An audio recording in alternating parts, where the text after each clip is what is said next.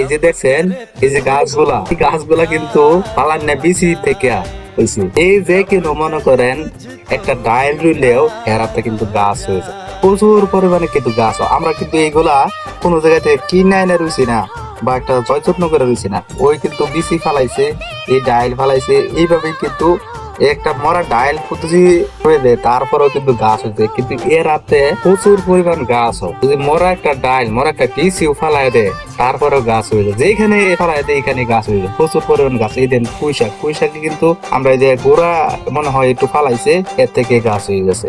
এই যে দেন পেঁপে গাছ, পেঁপে গাছটা কিন্তু আমরা লাগাইছি না, বুঝছেন? এই যে দেন পেঁপে গাছ, এই যে এই যে পেঁপে গাছ, এই যে আর পেঁপে গাছ, এটা বড় হয়ে গেছে। এগুলা কিন্তু কেউ লাগাইছে না, ওই কিন্তু এই যে খায়া খায়া দিছে, এক জায়গায় রাইখা দে, বা একটা কিছুর মধ্যে পানির মধ্যে ভিজাই তুই দে, গাছ হয়ে যায়।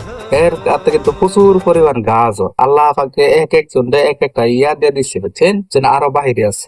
ওই যে এই যে মরিচের গাছটা দেখছেন, মরিচের গাছের কোনো যত্ন দেয় না, ওই জানি কে থেকে বিচি না কিভাবে অন্যায় করছে, এই যে এলে গাছ হয়ে গেছে। প্রচুর পরিমাণে গাছ হয় কিন্তু। কারো যদি গাছ লাগানোর মন চা বা ইয়া করে, গাছ হয় না কারো বাড়িতে, তাহলে এরা নিবেন, হেরাতে গাছ লাগাইবেন, তো গাছ হয়ে যাবে। অন্য অন্য মানুষও কিন্তু হেরে নিয়ে গাছ লাগা, বুঝছেন।